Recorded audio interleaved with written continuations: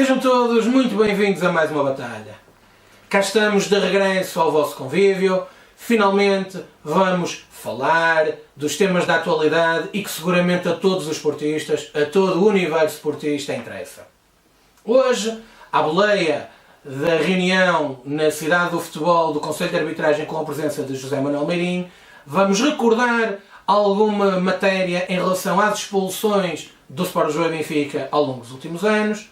Vamos também falar de bruxarias à la carte by ICM e vamos terminar com uma pequena nota relativa ao fecho do mercado e àquilo que verdadeiramente se insere o Batalha 1893. Falemos então da reunião que se realizou na passada semana na cidade do futebol com o Conselho de Arbitragem a reunir com todos os árbitros da primeira categoria e na qual José Manuel Meirinho, presidente do Conselho de Disciplina, marcou igualmente presença. Sobre essa reunião, eu gostava de deixar aqui duas notas. A primeira, uma nota de surpresa. Sendo a arbitragem uma classe tão corporativista, não deixa de ser surpreendente que José Manuel Meirinho, que há bem pouco tempo penalizou de forma exemplar e de forma tão rápida Jorge Sousa, aquele que foi considerado o melhor árbitro da primeira categoria no ano passado, não deixa de ser surpreendente que os restantes árbitros tenham marcado presença numa reunião com essa pessoa. E é bom também não esquecer que o líder da classe, o líder da APAF, fez declarações de discordância absoluta com esse castigo. Ora, tão pouco tempo depois, termos José Manuel Meirinho na presença de todos os árbitros da primeira categoria não deixa de ser surpreendente. Ou talvez não. Se recordarmos, por exemplo, que o putativo candidato a presidente do Conselho de Arbitragem, Duarte Gomes, foi um daqueles que fez um julgamento muito célere ao árbitro Jorge Sousa, sabe-se lá porquê. Uma outra nota relativamente ao timing e à matéria propriamente dita. E o timing e a matéria, neste caso, cruzam-se de forma umbilical. E cruzam-se porque nós não podemos ter qualquer espécie de dúvida relativamente ao facto desta presença de José Manuel Meirinho estar indelevelmente ligada com o facto de termos Eliseu, no seu famoso trailer Deixem Malhar o Eliseu, numa senda de lances em que continua sem ser expulso. O Conselho de Arbitragem e, inerentemente, o Conselho de Disciplina, em função do arquivamento do processo sumário de que Eliseu foi alvo, sentiram-se na obrigação de estar perante os árbitros e, surpreendentemente, ou talvez não, decidiram que, a partir de agora, deverá existir tolerância zero às entradas perigosas. Bom, termos esperado pela quarta jornada para chegar a essa conclusão é de facto surpreendente, pois a tolerância zero para entradas perigosas deveria existir desde a primeira jornada. Mas a verdade é que não existe. Não existe e não se está, e neste caso, não nos referimos apenas e só às 4 primeiras jornadas deste campeonato, mas sim aos últimos anos.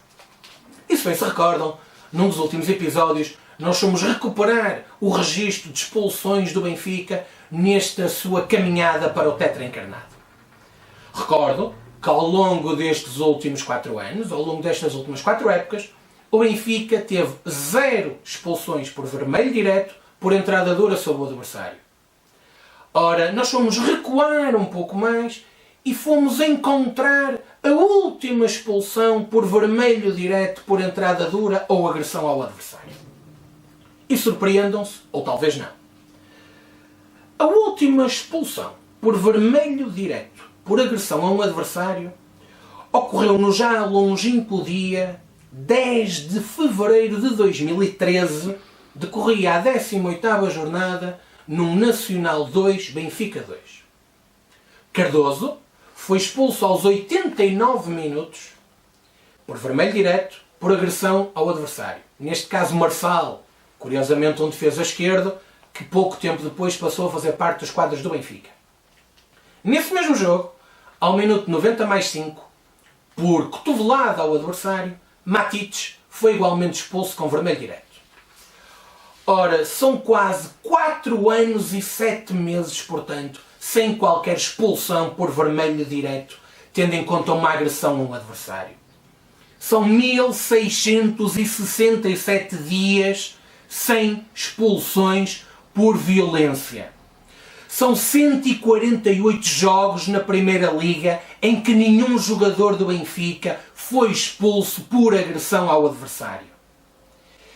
E, meus caros amigos, neste caso, estas duas expulsões, conforme falamos, ocorreram aos 89 minutos e aos 90 mais 5. Ou seja, não tiveram intervenção direta no desenrolar do jogo. Para termos acesso à última expulsão de um jogador do Benfica, com essa expulsão a ter influência no desenrolar do jogo, temos que recuar ainda mais. Temos que recuar até ao minuto 79 da 8ª jornada da época 2012-2013.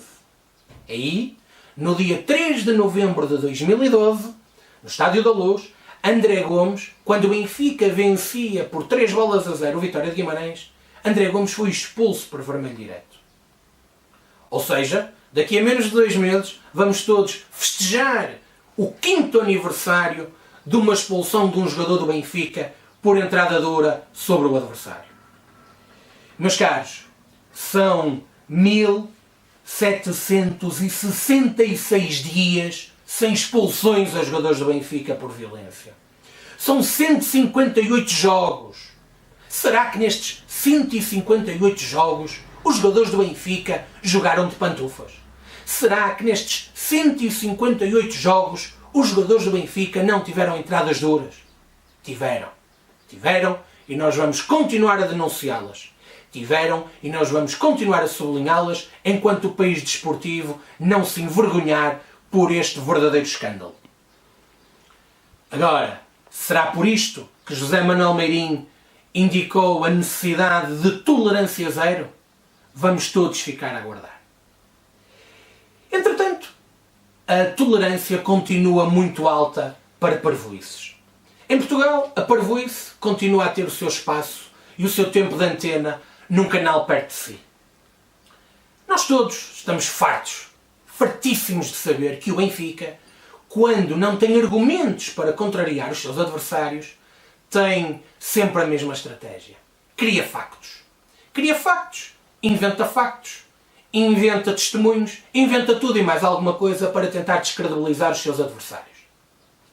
Desta vez, com o seu parceiro habitual, o jornal e a televisão do Grupo Cofina, Correio da Manhã, foram viajar até à Guiné-Bissau, seguramente porque na Guiné-Bissau os chuveiros não têm água, e o que lá encontraram foi um senhor chamado Aladji Karambuku.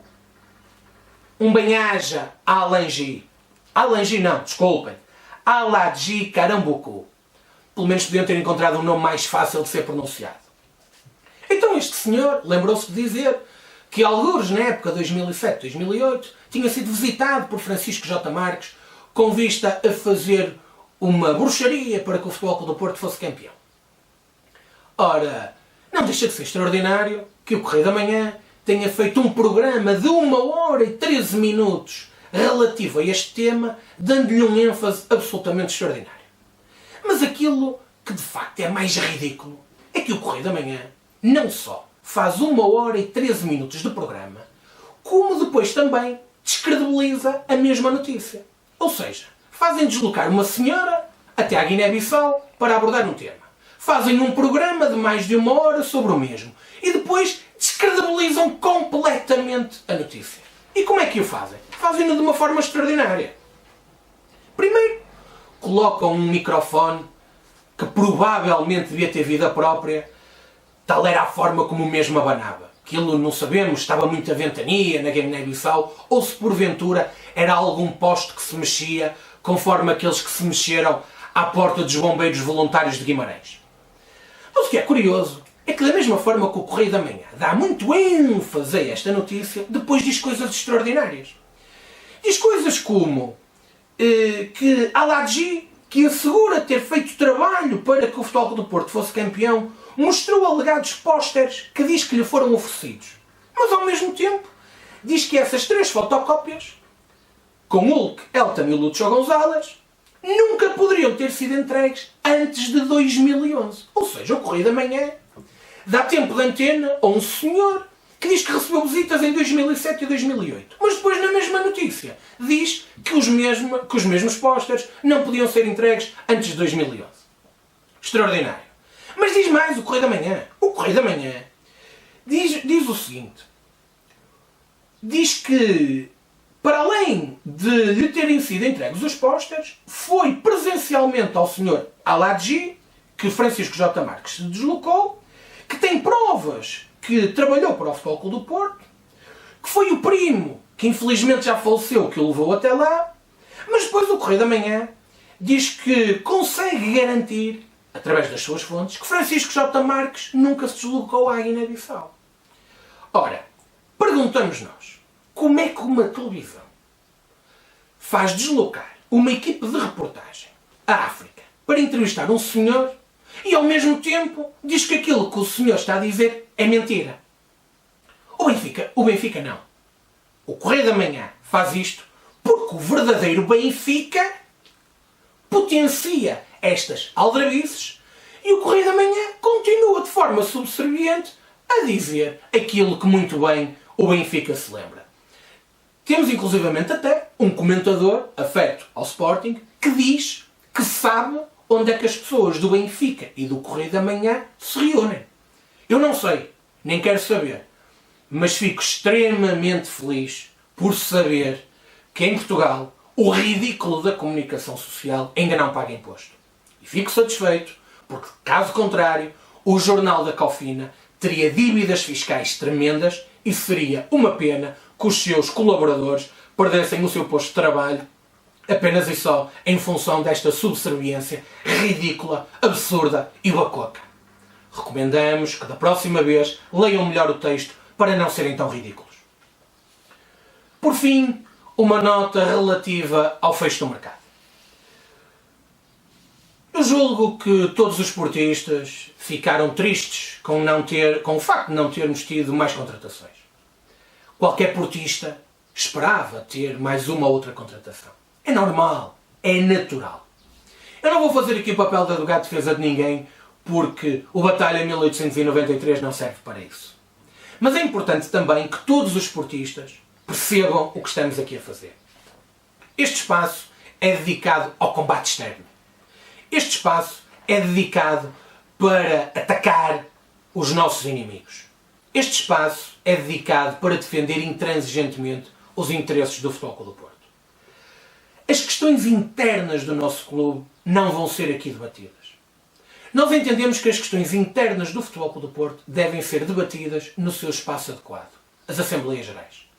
E, portanto, respeitamos naturalmente as opiniões de toda a gente, vamos continuar a não bloquear ninguém que venha ao nosso espaço colocar questões relativamente à vida interna do Futebol Clube do Porto, mas aquilo que dizemos, ou aquilo que exortamos toda a gente, é que marquem presença nas Assembleias Gerais do nosso clube.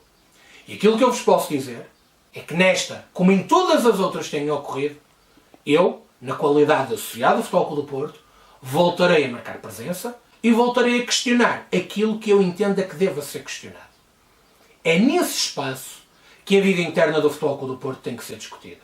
E, portanto, aqui, independentemente de todas as outras questões, nós não vamos debater esses temas. Respeitamos todos os espaços onde essas discussões ocorrem, mas o Batalha 1893 não se vocaciona para isso. Meus caros, é desta forma que terminamos mais uma batalha, é desta forma que deixamos aqui mais uma série de notas relativas aos nossos inimigos e é com base neles que nós temos que cada vez mais estar unidos. Estar unidos em redor do Futebol Clube do Porto, estar unidos em redor daquilo que é mais importante para o nosso clube. Um abraço e viva o Futebol Clube do Porto!